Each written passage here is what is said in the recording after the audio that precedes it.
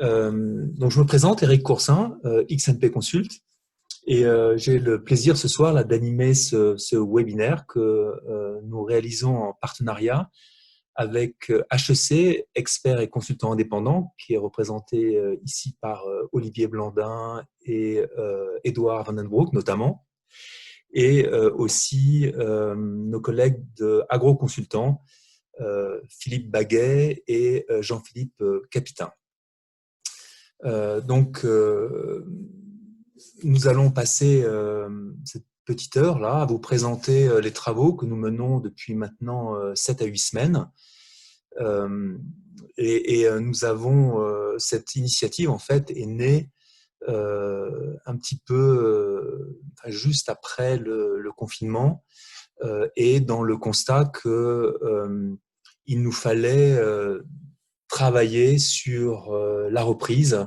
Et nous avions là une période qui permettait à des consultants comme nous, les XMP, mais HEC et les agros, de positionner certains de nos services auprès des entreprises dans le cadre de ce processus de reprise.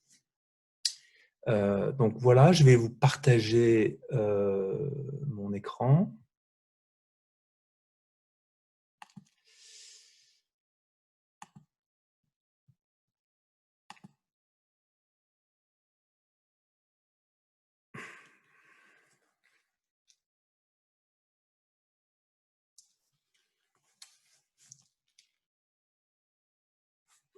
Voilà, donc je pense que tout le monde doit avoir mon écran. Donc, si vous pouvez bien évidemment poser des questions via le chat et également m'interrompre si nécessaire, puisque chacun peut reprendre la parole comme il le souhaite. Donc, cette offre ou cette approche, c'est selon, nous l'avons baptisée processus de reprise. Donc, elle se positionne dans cette phase que nous connaissons actuellement, mais qui vraisemblablement est amenée à durer un certain nombre de mois. Et nous avons réfléchi donc à combiner les expertises de nos trois associations, donc XMP Consult, qui regroupe les consultants des grandes écoles, notamment l'X, les mines, les ponts, mais également les autres écoles du G16, HEC indépendant et AgroConsultant. Donc, il y a un certain nombre de personnes qui ont activement travaillé à cette offre, et je tiens à les en remercier, bien évidemment. Dominique Savary, qui, je ne crois pas, ne peut pas être présent ce soir, mais qui a été un des acteurs centraux de cette démarche, mais également Olivier et Edouard pour HEC, et Philippe et Jean-Philippe pour l'AgroConsultant. Ce soir, nous allons couvrir passer en revue cette démarche et surtout essayer de vous montrer comment vous, les consultants indépendants de ces différents réseaux, pourrez profiter de ce travail collectif qui a été initié. Et c'est vraiment notre objectif aujourd'hui d'essayer de vous montrer comment profiter de ce travail et vous-même développer votre business auprès de vos clients. D'abord, la problématique que nous adressons, elle est venue bien évidemment de l'application des nouvelles contraintes sanitaires qui sont apparues à la suite de la pandémie Covid. Et ces contraintes sanitaires, aujourd'hui, dans nombre d'entreprises, impactent durablement cette productivité et à terme posent un problème de performance globale et voire de stratégie. Donc l'idée était de trouver des solutions qui sont rapidement opérationnelles pour les chaînes de production, tout en, bien sûr, travaillant sur la pérennité de l'entreprise. Également, le débat de la confiance, on en a beaucoup parlé au cours de cette période de confinement que nous avons vécue. Elle est en tout cas très importante aujourd'hui pour les entreprises dans cette période actuelle. toujours mettre en place les savoir-faire que nous connaissons, piloter les processus, l'amélioration continue, travailler en boucle rapprochée. Donc là aussi, étaient des éléments que nous voulions intégrer dans cette démarche. Enfin, l'évaluation des risques, même si nous sommes centrés sur la problématique du Covid tel que nous l'avons vécu, clairement, nous sommes rentrés dans une nouvelle période où il risque de se produire de nouveaux événements de la sorte. Et donc, il s'agit de prendre en compte l'évaluation de ces risques dans les améliorations que l'on souhaite mettre en œuvre dans les entreprises. Donc, clairement, nous avions ici là, une fenêtre d'opportunité pour mettre en œuvre une série de mesures et travailler sur ces sujets.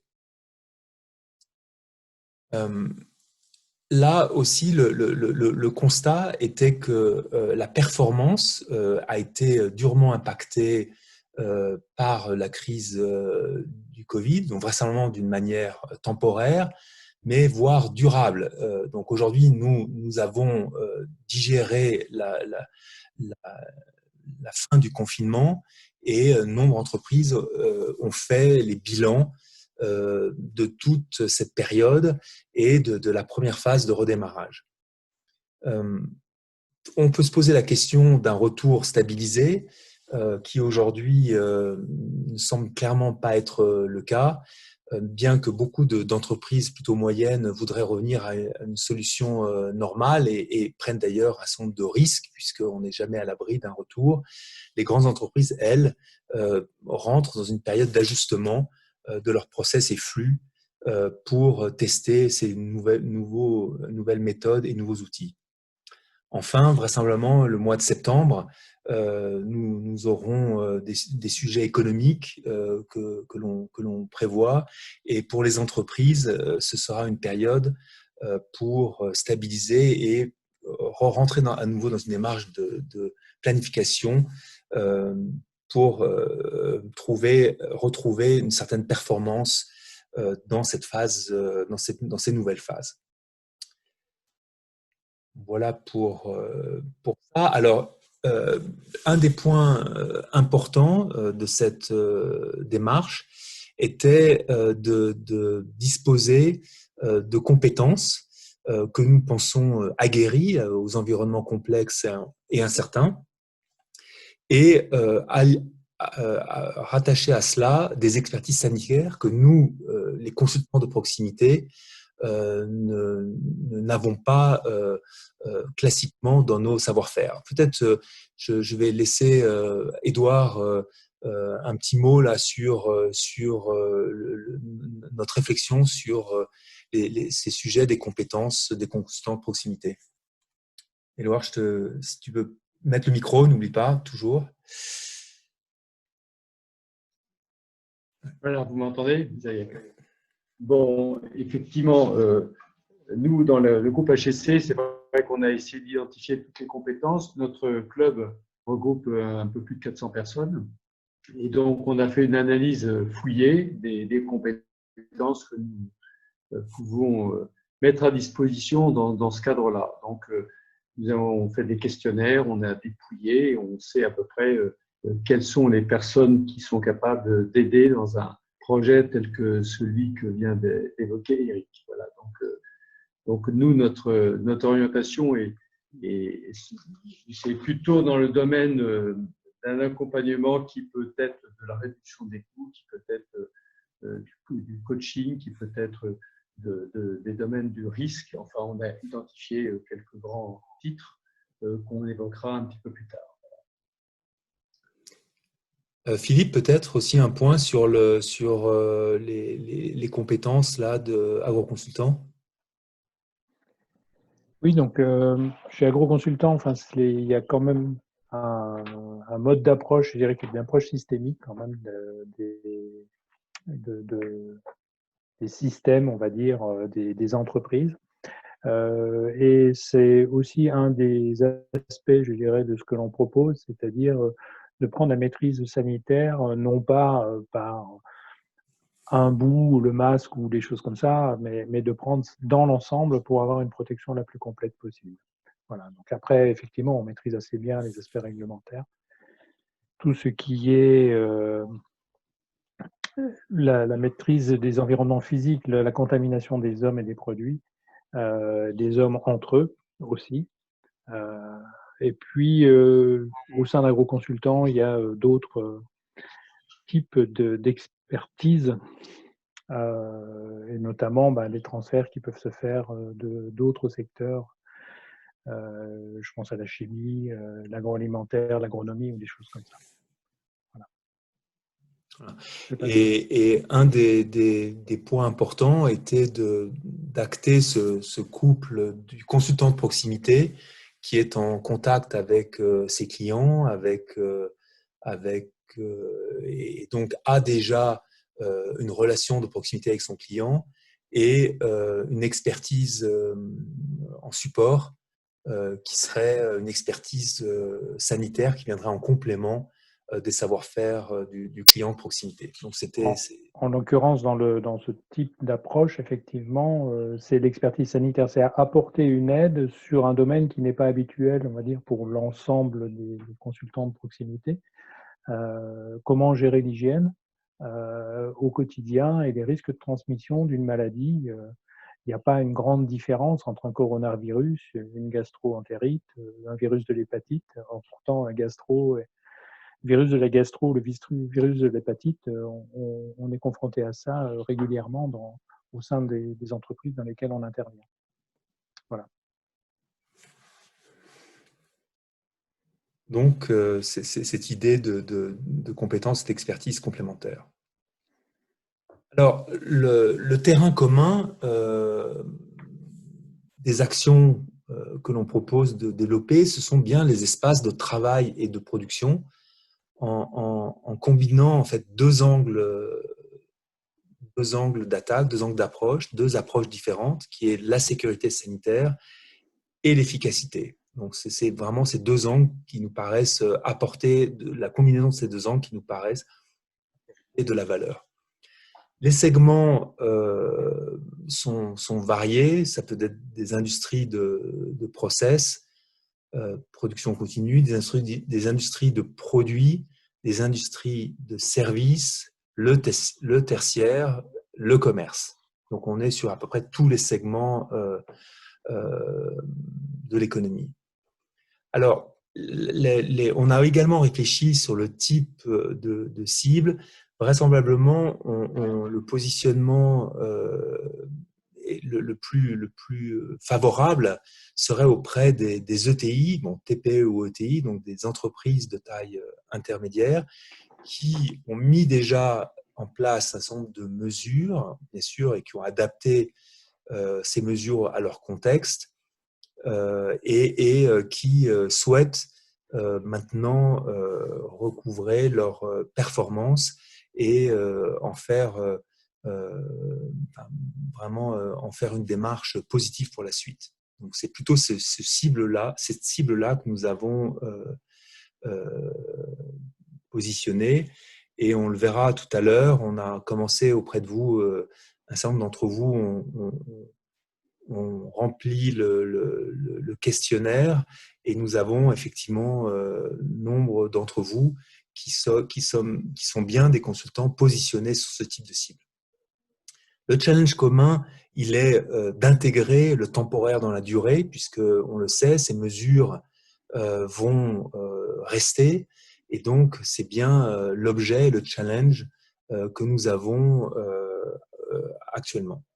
Et enfin, les outils, ce sont des outils communs à nos approches de consultants, des outils liés à la mesure, liés à la traçabilité, liés à la preuve et liés aux indicateurs de performance. Donc, c'est le socle des travaux là que l'on propose, qu'on vous propose de mettre en œuvre.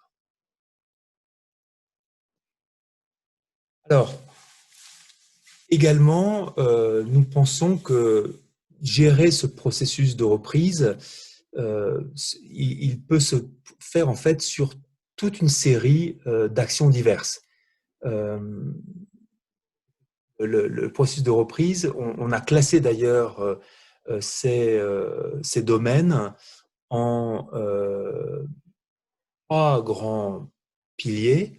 Donc, un pilier sanitaire, un pilier physique, ce sont donc les flux physiques dans l'entreprise, où on a d'ailleurs intégré ici les capacités de gestion, mais c'est également un sujet du digital, puisque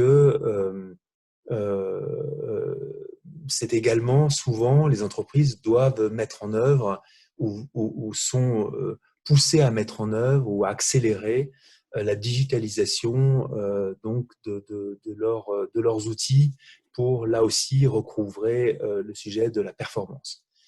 On a mis également en transverse des sujets comme le RGPD, la cybersécurité, mais également la responsabilité pénale du dirigeant, puisque là aussi des thèmes seront repris prochainement, là, des sujets comme cela seront gérés prochainement là, dans d'autres conférences, puisque c'est un point essentiel dans ce processus. Donc peut-être je peux laisser aussi Édouard et Philippe là commenter quelques-uns de ces sujets que nous avons identifiés comme étant des angles d'accroche auprès des prospects et clients.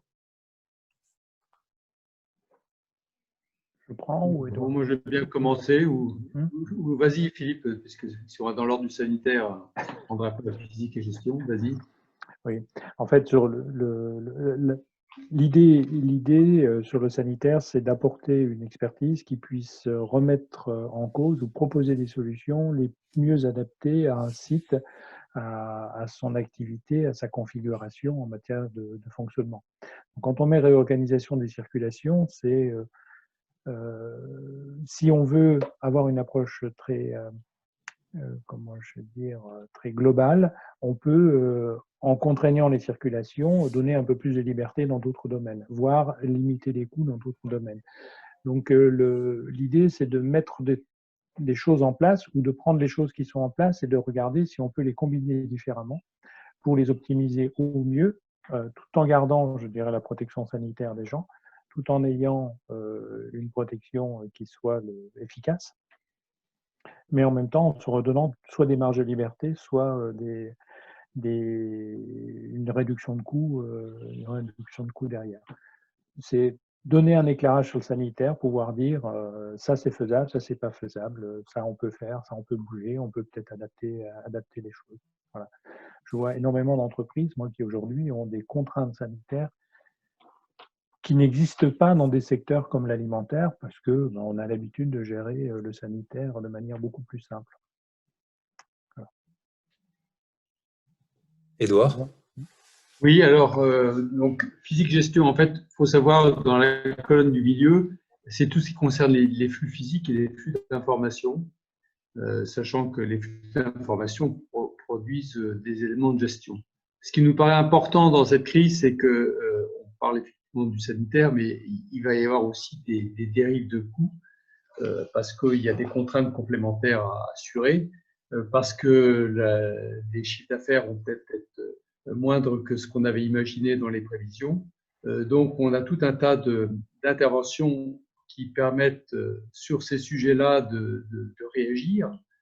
Donc, en premier, bon, l'optimisation des coûts, parce que là, il va falloir jouer assez vite sur tous les leviers d'économie possibles.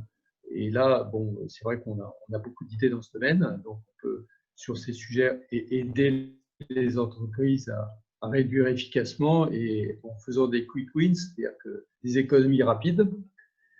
Le sujet numéro 2, c'est vrai que la supply chain, bon, ça démarre de la commande et ça va jusqu'à la livraison. Donc, dans cette relation qui est longue, il y a des intervenants différents, il y a des fournisseurs et on finit par des clients. Et là aussi, dans ces flux physiques et ces flux d'informations, il y a des quantités d'actions qu'on peut mener pour aider les entreprises à corriger le tir rapidement pour ne pas s'enliser dans des complications inutiles. Tout ceci conduit aussi à réfléchir sur l'organisation de la production et compte tenu des modifications de l'offre et de la demande. Donc là aussi, toujours des sujets qui sont assez techniques, mais que nous sommes en mesure d'assurer. Et puis les RH, bon, elles sont aussi sollicitées par rapport aux présences des gens, la façon dont ces gens vont pouvoir être présents avec les contraintes qu'on exige. Il y a les coûts sociaux sont aussi des sujets qu'on peut réduire, essayer de réduire les coûts parce qu'il y a beaucoup dans ces domaines-là, il y a quand même pas mal d'opportunités de faire des économies. Il y a tous les sujets qui concernent les horaires. Et puis, sur le plan psychologique ou accompagnement, il y a toujours du coaching. Et puis, le télétravail est un sujet qui est toujours d'actualité parce que les gens hésitent à reprendre leur travail parce qu'ils étaient pas si mal chez eux. Pour certains, d'autres ont besoin de voir les collègues. Voilà, donc c'est assez varié. Ça touche tous les secteurs de l'entreprise et ce sont des sujets qui sont complètement d'actualité avec une reprise qui suit le Covid. Voilà. Je peux peut-être prendre un petit exemple sur le digital, la troisième colonne, où moi, je menais une intervention là, avant le Covid de réorganisation là, de back-office, de gestion, où bien évidemment on pensait à mettre en œuvre digitaliser un certain nombre de process, mais ça traînait parce que il y avait une organisation encore assez ancienne avec des assistantes, des chefs de projet, enfin un niveau hiérarchique assez important. Et le Covid est passé et aujourd'hui, on est obligé dans cette entreprise de basculer en pilotage digitalisé des processus parce qu'on n'a plus le choix, parce que l'entreprise a perdu 20% de son chiffre d'affaires et bon, ça va se traduire par des actions mixtes physiques, comme l'a mentionné Édouard, et également une digitalisation complète et immédiate des processus qui basculent là sur en mode digital. Et ça, c'est cette crise-là qui a très nettement accéléré cette transformation. Voilà un exemple concret que j'ai personnellement, que je vis personnellement actuellement. Donc voilà un petit peu une petite cartographie permettant, je pense, qu'à chacun de se positionner. C'est très, très, très vaste. Et en fait, il y a autant de possibilités d'aborder le sujet que de relations que vous avez avec vos clients. Eric, Oui. je voudrais juste ajouter un point, c'est sur la partie d'extrême droite. RGPD, cybersécurité, responsabilité pénale du dirigeant. Cet aspect sanitaire a une dimension productivité, mais ça peut avoir aussi une dimension pénale. Donc c'est très important aussi de pouvoir se faire accompagner par les avocats correspondants pour vraiment adresser les risques et s'assurer que toutes ces mesures de reprise, toutes ces mesures de protection du client, du salarié, soient bien faites, qu'il y ait un minimum de travaux réalisés pour que la responsabilité du dirigeant ne puisse pas être engagée. Car dans certains cas, on pourra très bien avoir mise en danger de la vie d'autrui. Alors bien sûr, il manquera toujours un lien de causalité pour vraiment prouver que ça vient, je dirais, du cadre de travail, mais gardez à l'esprit cet aspect-là pour que la mission soit globale et puisse traiter aussi cette dimension protection du dirigeant. Donc c'est pour ça qu'on avait insisté pour parler du RGPD, qui est un sujet important. Cybersécurité, puisque durant le Covid, les cyberattaques je dirais, ont vraiment augmenté. Et le coût moyen d'une cyberattaque, c'est 7,6 millions d'euros selon Webstone. Et sur la responsabilité pénale, c'est un sujet qu'on a déjà adressé HEC et XMIN lors d'une conférence. Et il y aura une autre conférence en cours d'organisation où on vous informera pour vraiment poser les bases et que dans chacune des missions, on puisse vraiment se poser la question de attention aux conséquences en termes de responsabilité pénale. Donc c'est un point sur lequel j'insiste un peu, mais important d'en parler. Merci. Merci. Alors, cette offre également, comment se situe-t-elle sur le marché? Si on repart du plus générique qui pourrait être les consignes, les fiches pratiques qui ont été diffusées par les syndicats professionnels ou l'administration. Ensuite, il y a des choses plus précises comme les sociétés de certification également qui proposent des prestations de contrôle et d'audit. On a bien évidemment les cabinets de conseil en management et informatique, mais qui sont plutôt positionnés sur des offres packagées et forfaitaires. Nous, on pense avoir une approche plus fine, plus pointue, et qui permet également de suppléer à des ressources en entreprise et via cette approche collaborative permet de combiner donc nos réseaux et en des modes d'intervention extrêmement adaptés aux clients. Donc on a un petit point là sur le positionnement de notre offre. Comment va-t-on s'y prendre sur ce processus de reprise? Là, peut-être, je vais laisser la parole à nos collègues d'Arro Consultants. Philippe, déjà, est-ce que tu peux rapidement présenter ça? Et ensuite, il y aura une présentation un peu plus détaillée de Jean-Philippe Capitain sur les outils de diagnostic ici. Donc, au départ, on part d'un questionnaire de prédiagnostic sanitaire donc, qui permet de collecter des informations. Ça peut être mené par un agroconsultant ou par un consultant de proximité, plutôt par téléphone, par visio, et ça permet d'identifier où en est l'entreprise en fait, quels sont les axes de travail, de savoir sur quel va être le terrain de jeu, le champ d'application. On passe après sur une consultation de diagnostic, donc qui peut se faire en visio avec le client ou en réunissant les intervenants, et qui permet de définir le contexte, les enjeux, l'organisation, la maturité aussi de l'entreprise, la disposition des lieux, parce que les lieux ont leur importance. C'est grosso modo ce que l'on fait quand on va voir une entreprise, c'est la traversée de l'usine. Et d'avoir une image de où sont les risques, sur quoi on peut s'appuyer, qu'est-ce qui dysfonctionne et qu'est-ce qui peut être amélioré. Et après, c'est de faire des propositions d'accompagnement ciblées. Donc, où peu à peu, je dirais, les agroconsultants peuvent encore intervenir sur certains points, mais aussi de repasser la main aux consultants de proximité.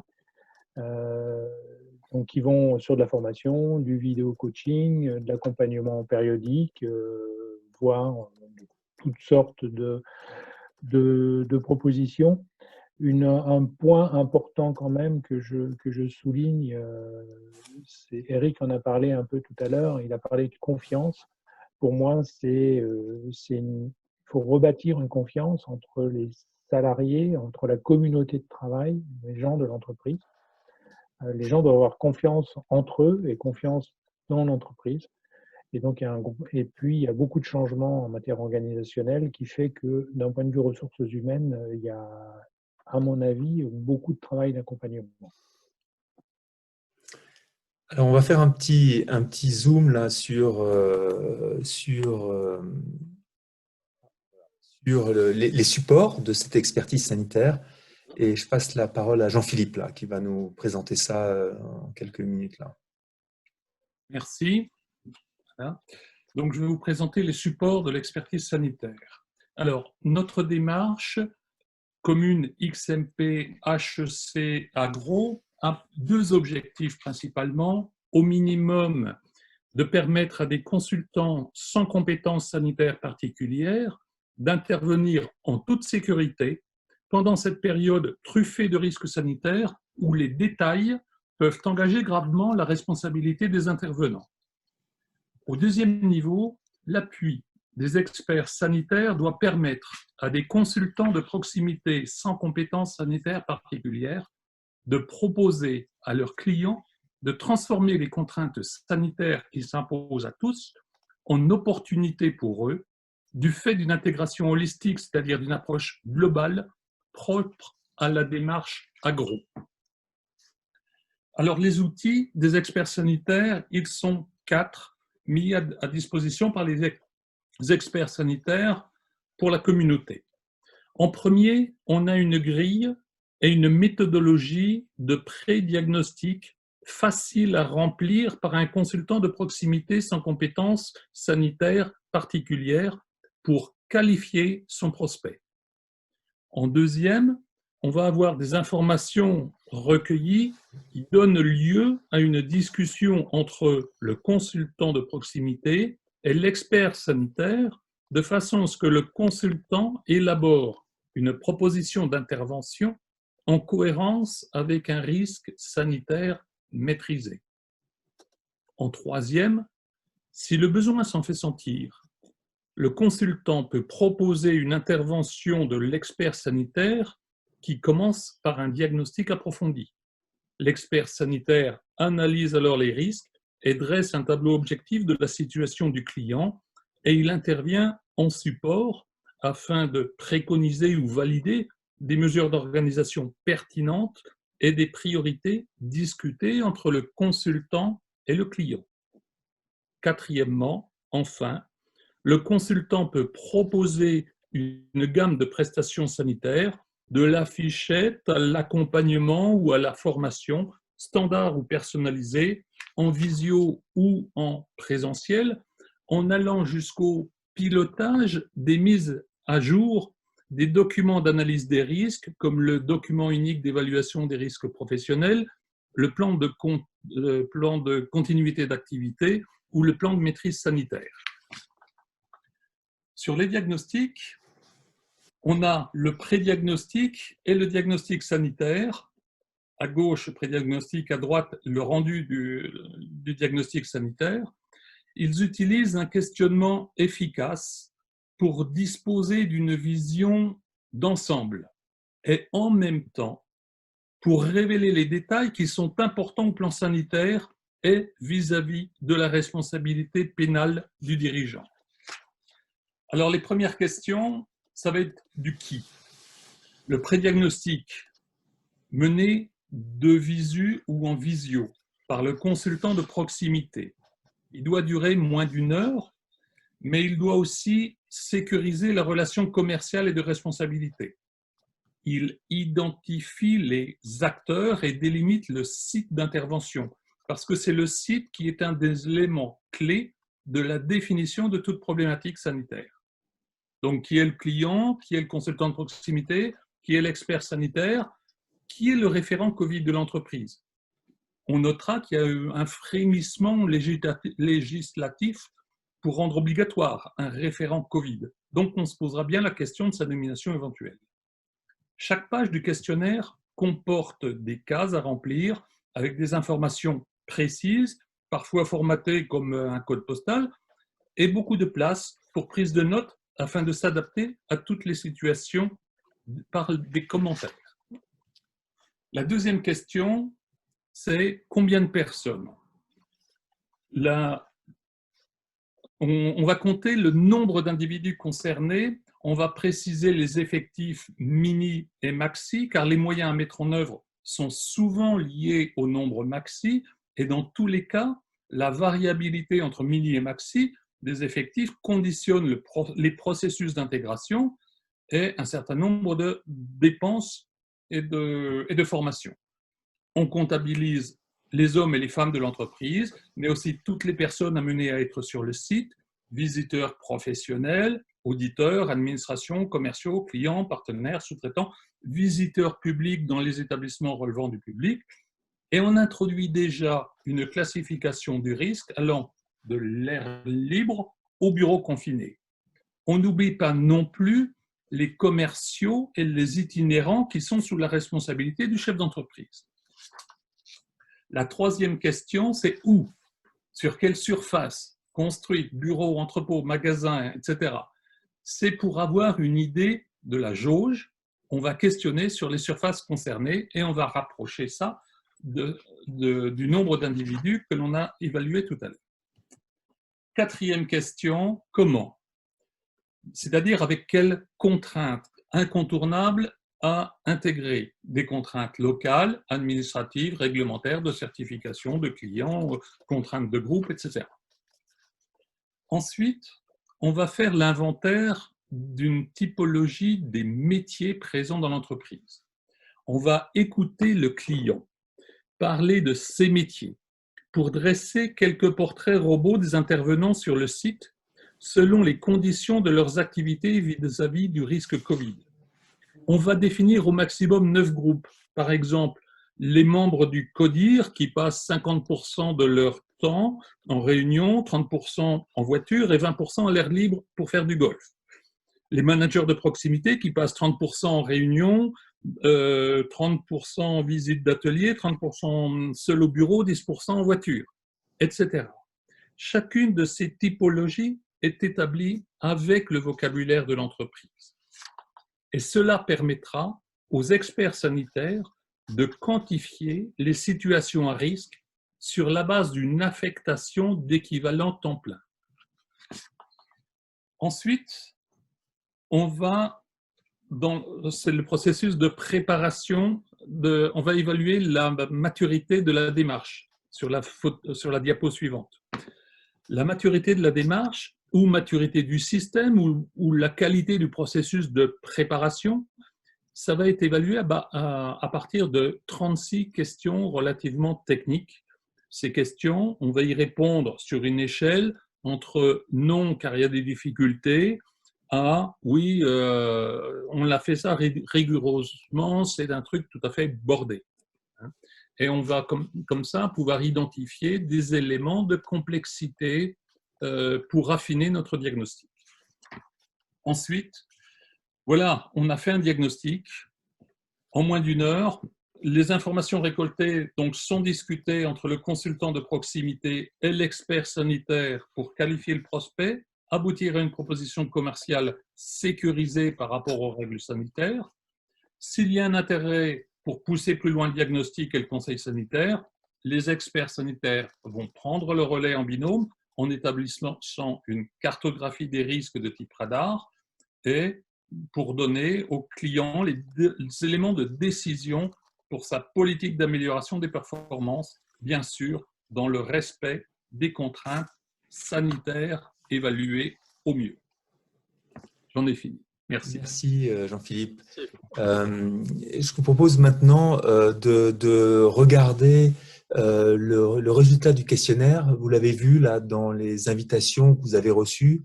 Nous avons proposé un questionnaire pour essayer d'identifier les compétences de ceux qui souhaitent participer à cette démarche. Donc, je vais laisser Jacques nous brosser un petit peu ce que vous avez décrit, vos réponses du questionnaire. Oui, bonsoir Jacques Daigle. Donc, merci Eric. Donc, je vais repasser en revue les résultats. On peut passer à la diapo suivante. Voilà, aujourd'hui à 17h30, 25 personnes ont documenté le questionnaire avec une majorité de XMP Consult, 19, HEC 5 et AgroConsultant 1. Donc, il est clair que les résultats qu'on va voir derrière sont fortement colorés par cette répartition-là. Tu peux passer au second. Donc, la localisation géographique de l'exercice des différentes personnes qui ont répondu. Plus de la majorité exerce sur l'Île-de-France. Et puis ensuite, on a un petit pôle centre-Val-de-Loire, là. Et puis le reste, France entière. Et puis quelques éléments qui exercent aussi à l'étranger. Alors, comme on a vu tout à l'heure, on a demandé à chaque personne de qualifier leur niveau d'expérience dans les 4 piliers qui ont été cités tout à l'heure par Eric, le sanitaire, le physique, le digital et la gestion. Alors, le code couleur, rouge, c'est l'expérience et le niveau est fort, bleu est faible et orange intermédiaire. Donc, compte tenu, comme je l'ai dit, du panel de répondants, l'aspect sanitaire n'est pas marqué très fort ici, puisque peu de personnes ont cette expertise-là. Il y a quand même un quart des personnes qui sont en rouge. Le physique est réparti équitablement 33% entre fort, faible et intermédiaire. Le digital, plus du quart des participants donnent une expérience forte dans le digital. Et sur la gestion, bien sûr, plus de la moitié des consultants annoncent une forte expérience en gestion liée au panel que l'on a vu. La diapositive suivante j'ai repris ici quelques verbatim qui ont été donc donnés dans le questionnaire, puisqu'il y a une partie libre, pour simplement illustrer quelques compétences. Dans le sanitaire, donc, on trouve effectivement des expériences très longues et très fortes sur des crises sanitaires, sur des plans de maîtrise, sur des expertises de litige et sur des auditeurs certifiés. Donc, c'est un exemple fort. Sur l'aspect physique, ce sont des expériences en optimisation des flux de personnes, de matières, gestion de production et réorganisation de l'organisation de production suite à des modifications d'offres, etc. Sur le digital, c'est un accompagnement de la transformation des sites industriels grâce au numérique. Et la définition est mise en œuvre de projets vers une industrie du futur, du pilotage digital, des IoT et tous les aspects liés au numérique, bien sûr. Et en gestion, ce sont plutôt dans le management de transition, enfin, des expertises en termes de gestion de projet et de coaching, et puis aussi l'accompagnement des entreprises auprès des directions pour l'amélioration de l'organisation des processus et de la profitabilité. Donc, quelques exemples. Et le diapositive suivante donne les secteurs d'intervention. Alors, là aussi, ce sont les verbatim directs. Donc, ce que l'on peut dire, en gros, c'est que les entreprises, ça va de la start-up, PME, ETI jusqu'au grand groupe. Donc, on balaye tout le spectre. Et concernant les secteurs, on a aussi de l'agroalimentaire, de la chimie, de la pharmacie paramédicale, dans les transports, que ce soit aérien ou terrestre, la défense, l'énergie, la banque, l'assurance, le BTP, le luxe, le culturel, enfin un panel très large de secteurs d'intervention.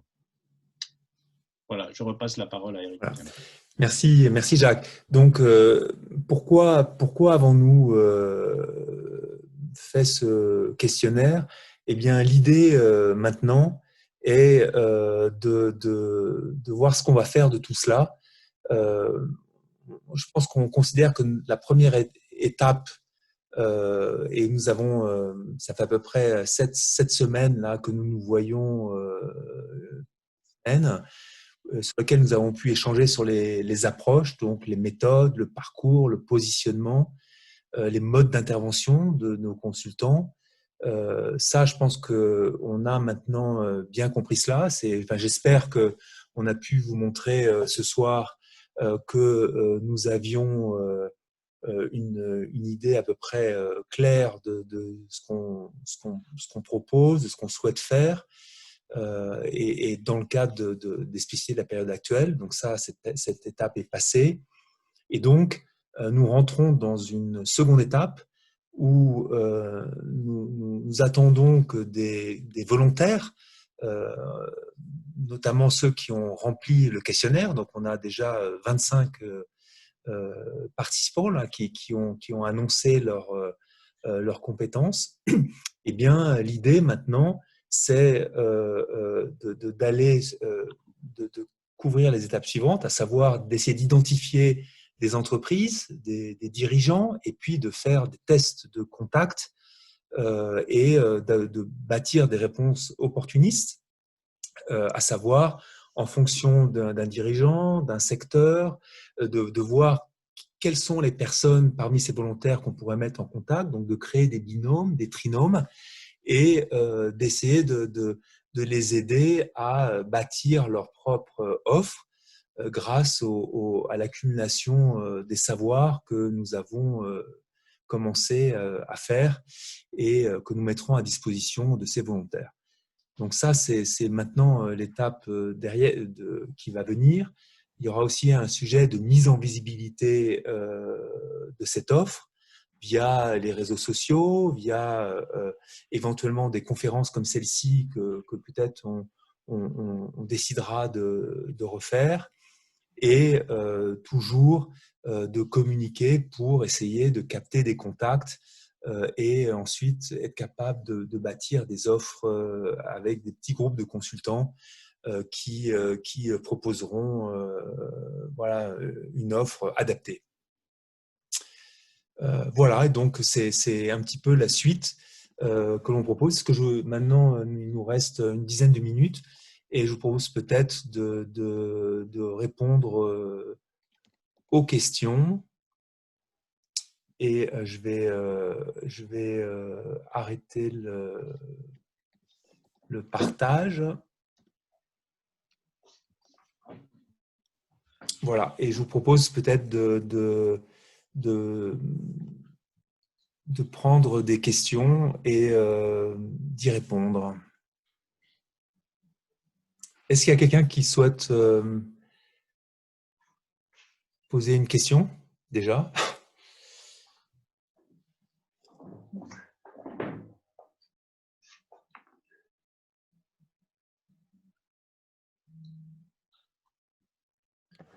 J'ai retrouvé l'usage du micro, Hervé Lou.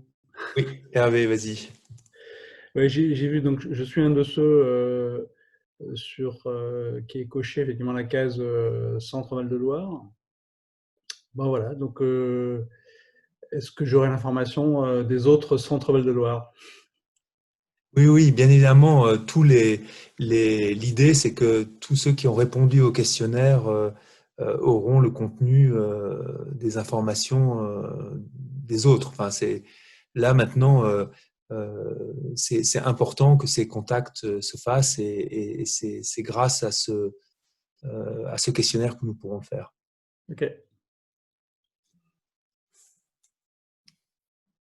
Est-ce qu'il y a d'autres questions? Oui, Michel Lamont. Oui. Je suis consultant en ligne management.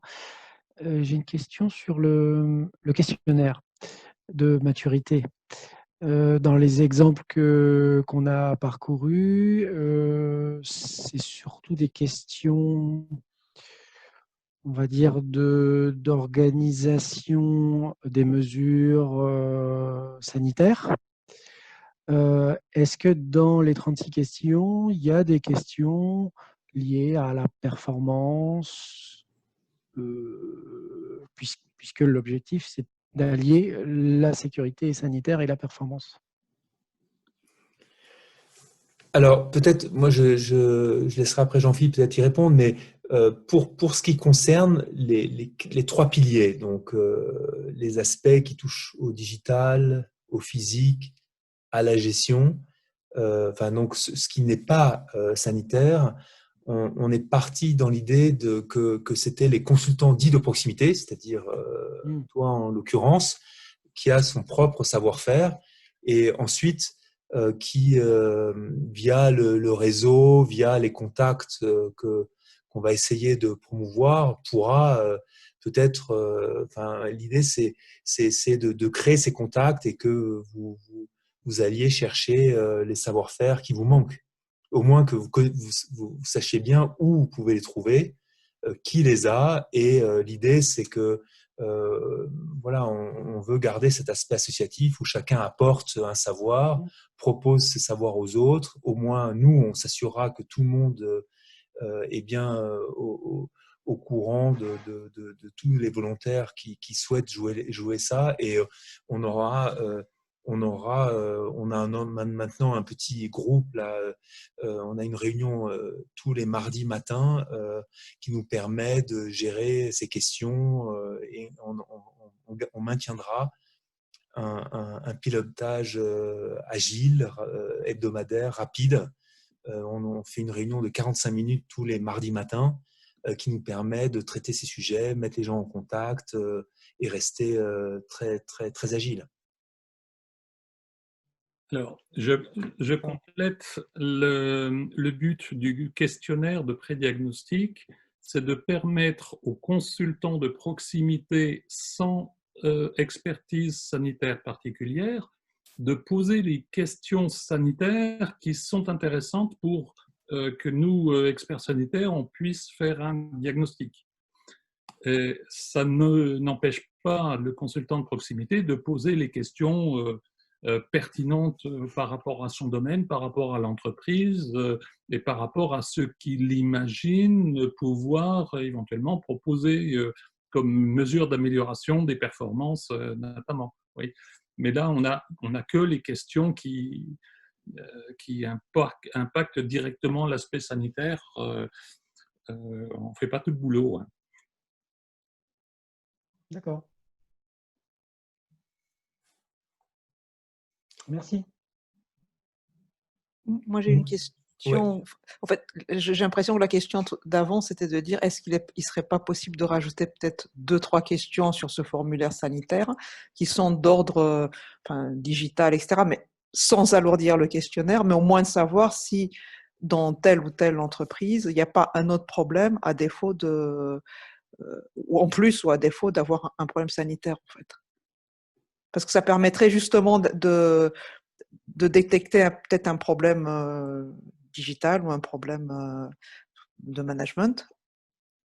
Et ça permet ensuite à l'expert de prendre contact en ayant déjà un minimum d'informations sur l'entreprise. On est quand même parti du principe qu'on allait traiter les sujets liés au Covid. Donc, les sujets qu'on a mis en évidence, ce sont ceux qui sont d'actualité, donc le sanitaire forcément, mais également tout ce qui est réduction des coûts. Et c'est là-dessus qu'on s'est centré en tout cas. Alors, j'ai pas de difficulté pour faire évoluer le questionnaire, et je pense que ça peut être des discussions au niveau des rencontres du mardi matin. Oui.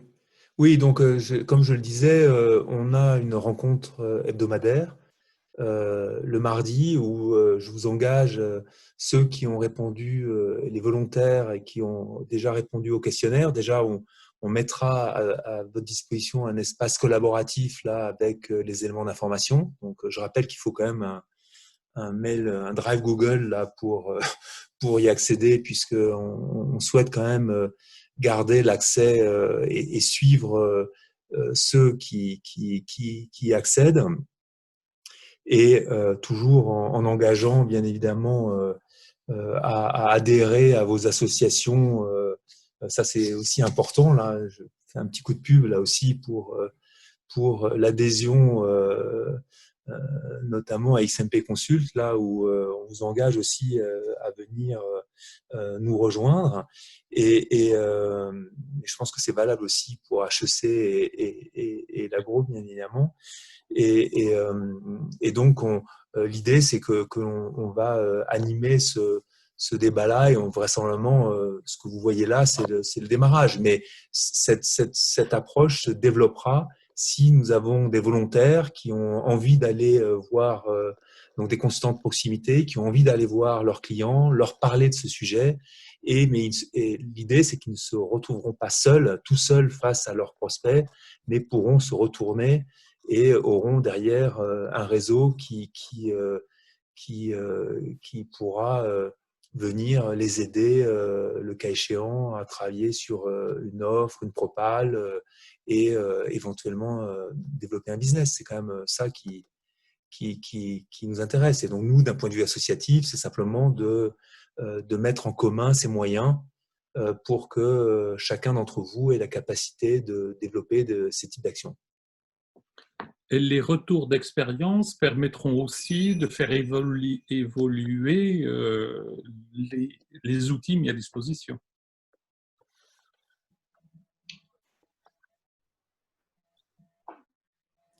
Est-ce qu'il y a une autre question Non, peut-être un complément que je peux apporter. C'est l'objectif, c'est pas de faire un questionnaire. Enfin, la partie du questionnaire, elle est pure Covid, mais l'objectif du consultant de proximité, c'est pas de n'intervenir que sur le Covid. Par contre, comment aborder le Covid? Eh ben, pour le coup, il y a le questionnaire de proximité qui permet de récupérer toutes les informations pour pouvoir avoir une vision la plus claire possible et de savoir un peu quels sont les leviers d'action, sur quoi on peut jouer après en matière de fonctionnement. Voilà, pour répondre à c'est Christina, je crois, qui s'exprimait.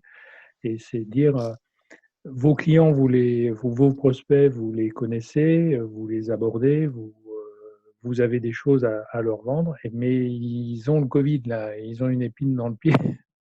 Comment traiter cette épine dans le pied et comment l'aborder. Le questionnaire va permettre ça.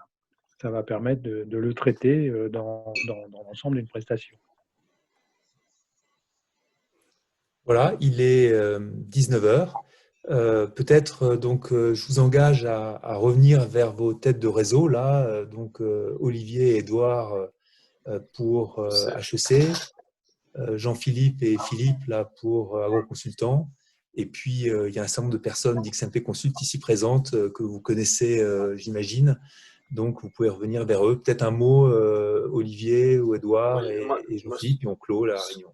moi, je vais juste ajouter merci pour tout le travail effectué parce que ça permet vraiment de mettre en commun les compétences des 3 réseaux.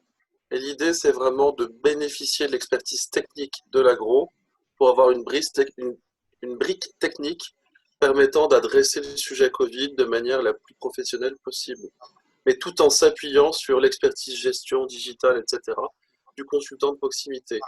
Deuxième point important, c'est un travail sur lequel on avait réfléchi avec Eric depuis plusieurs semaines. La chose se met en place, c'est vraiment de mettre en commun les expertises des 3 réseaux pour être plus à même pour les consultants indépendants actuels, pour lesquels le marché est quand même très difficile.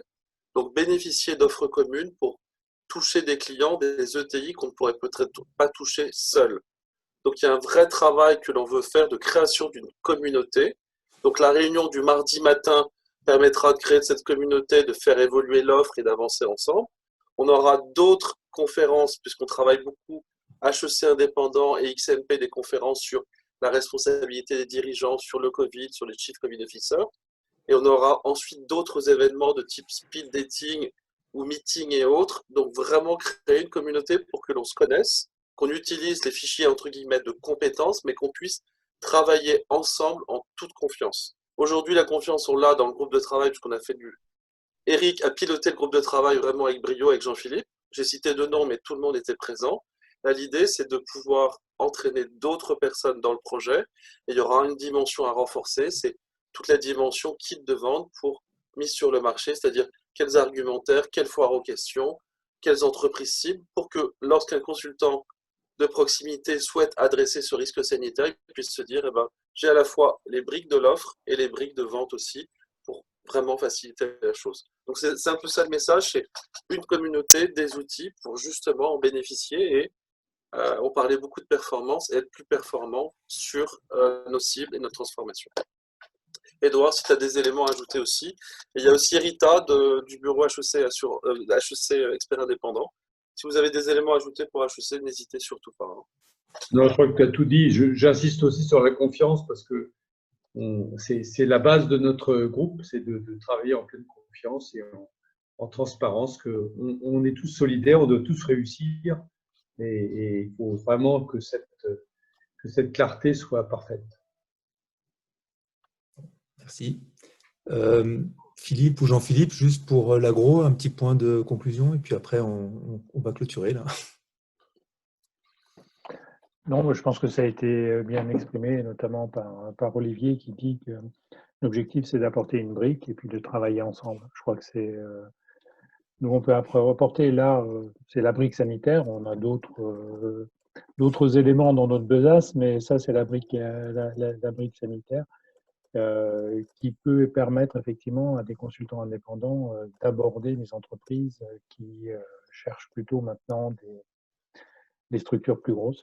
Et travailler ensemble, je crois que c'est l'objectif de nos 3 associations.